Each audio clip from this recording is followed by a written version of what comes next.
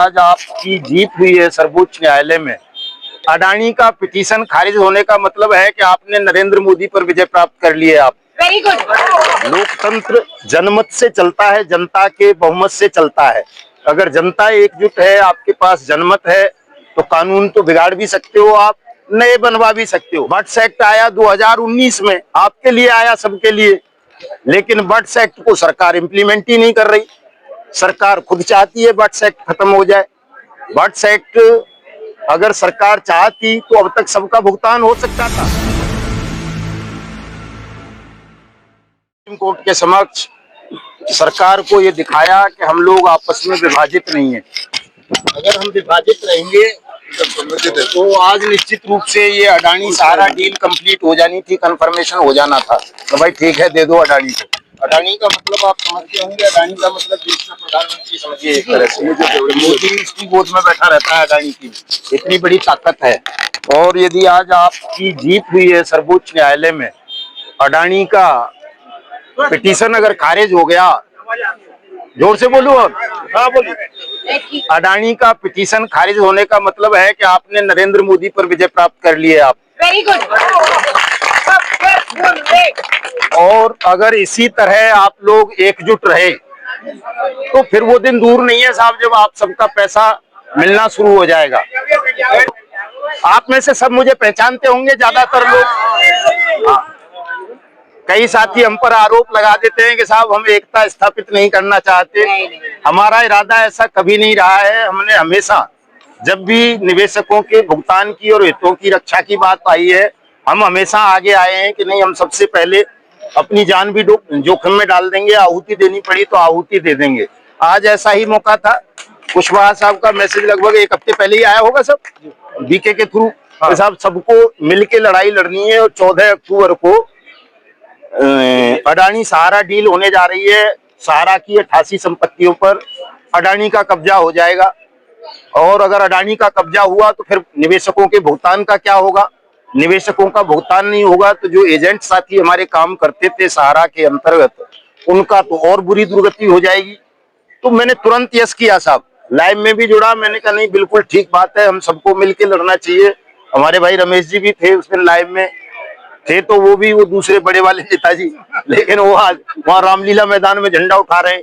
हमने उनको बहुत कहा कि रामलीला मैदान तो छोड़िए, ये जंतर मंतर से भी अगर हम पहले आते आप सब लोग, तो यहाँ से सुप्रीम कोर्ट नहीं जाने दिया जाता किसी को भी। इतनी पुलिस फोर्स होती है, इतनी व्यवस्थाएं सब दिल्ली में, कौन जाने देगा? वो 25-30 लोगों को लेकर के वहां बैठे हुए हैं। कोई बहुत ज्यादा बड़ा वो नहीं किया, लेकिन उस चीज का मैसेज गलत गया कि हम लोग एकजुट नहीं है। इसका मतलब आज भी तो आगे से ध्यान रखें कि इस तरह का संदेश सरकार के पास नहीं जाना चाहिए।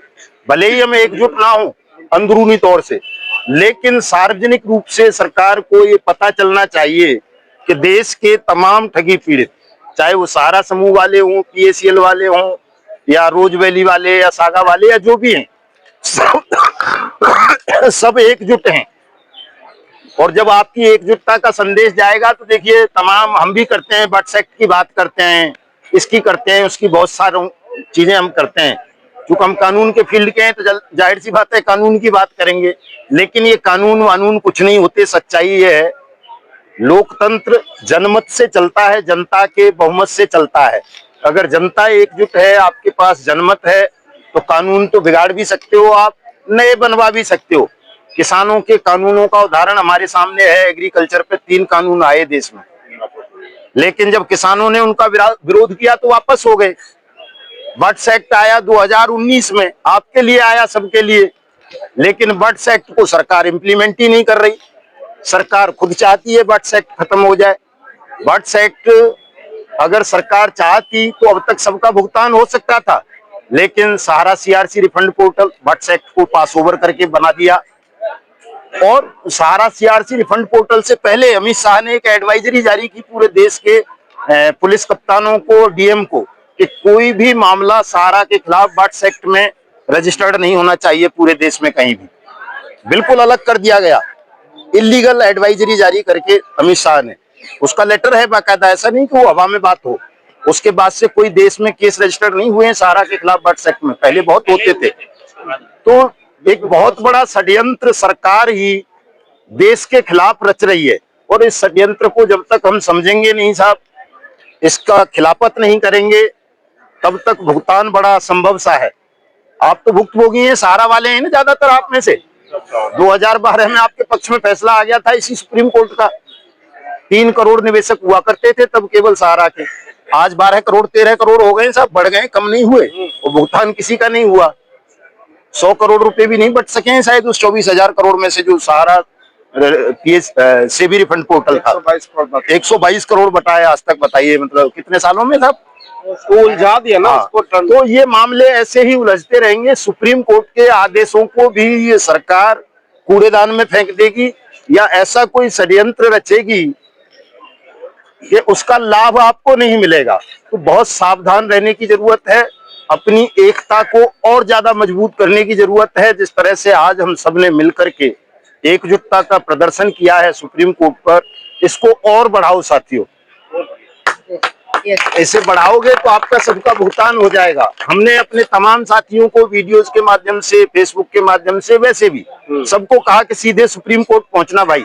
अगर सुप्रीम कोर्ट सीधे नहीं पहुंचोगे, कोई रामलीला मैदान जाएगा, कोई जंतर मंतर जाएगा, किसी को भी सरकार सुप्रीम कोर्ट पहुंचने नहीं देगी।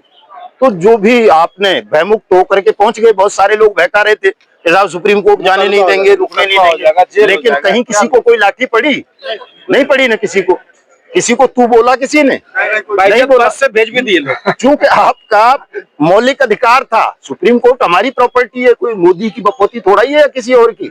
वो हम देश के नागरिक हैं और नागरिक सर्वोच्च होता है। सुप्रीम कोर्ट नागरिक ही नहीं जाएगा तो फिर किसके लिए खोल रखी है भाई, वो बंद करो उसको। तो कभी भी डरा मत कीजिए, जब कोई भी संदेश आए, कोई आह्वान आए कि फला जगह पहुंचना है तो फला जगह ही पहुंचिए।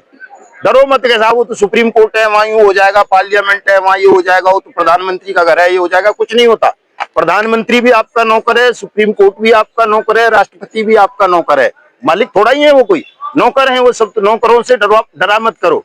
मैं आप सबसे इस संदेश के माध्यम से पुनः एकता की अपील करूंगा कि सब लोग अपनी इस एकता को बनाए रखें, और हमारी तो जहां भी आवश्यकता हो कुशवाहा साहब, हम हमेशा तैयार हैं। निवेशकों का भुगतान होना चाहिए किसी भी चीज में, किसी भी तरह, किसी भी मूल्य पर। और 15 नवंबर को हमने एक कार्यक्रम रखा हुआ है, वो सबके लिए है। ये मत सोचा करो कि किसी एक कंपनी के लिए है, हम तो सबके लिए लड़ रहे हैं। चूंकि हमारी लड़ाई बट्स एक्ट की है, बट्स एक्ट अगर लागू होगा तो सबका भुगतान हो जाएगा।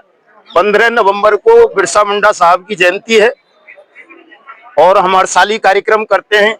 हमारा कार्यक्रम ये है कि पार्लियामेंट के अंदर हवन किया जाए, यज्ञ किया जाए, भुगतान सुरक्षा सम्मान नाम दे करके। क्योंकि ये अपने आप को ठेकेदार कहते हैं हिंदुओं के, भारतीय जनता पार्टी के लोग जिनकी सरकार है। तो भाई हवन करने आ रहे हो तो कुछ करने नहीं आ रहे हो। अगर सच में हिंदू हो तो कर लें दो, हमें भी हवन, ब्राह्मणों से ही हम भी आहुति दिलवाएंगे 15 नवंबर को संसद के अंदर, भुगतान की मांग करेंगे। तो मैं आप सबसे करबद्ध अनुरोध करूंगा कि 15 नवंबर को तमाम साथी संसद भवन आए, उस महायज्ञ में सम्मिलित हों और इस भुगतान की परंपरा को शुभारंभ करवाएं, श्री गणेश करवाएं साहब। चूंकि दर्द बहुत बढ़ गया है कुशवाहा साहब, हमसे भी लड़ने की क्षमता रही नहीं है। हम भी सोचते हैं कि यार जल्दी से जल्दी भुगतान हो जाए, जिम्मेदारी खत्म हो और अपने अपने काम धंधों में लगे सब। तो आप सबका पुनश्चय बहुत बहुत धन्यवाद, आभार। जय हिंद, जय भारत।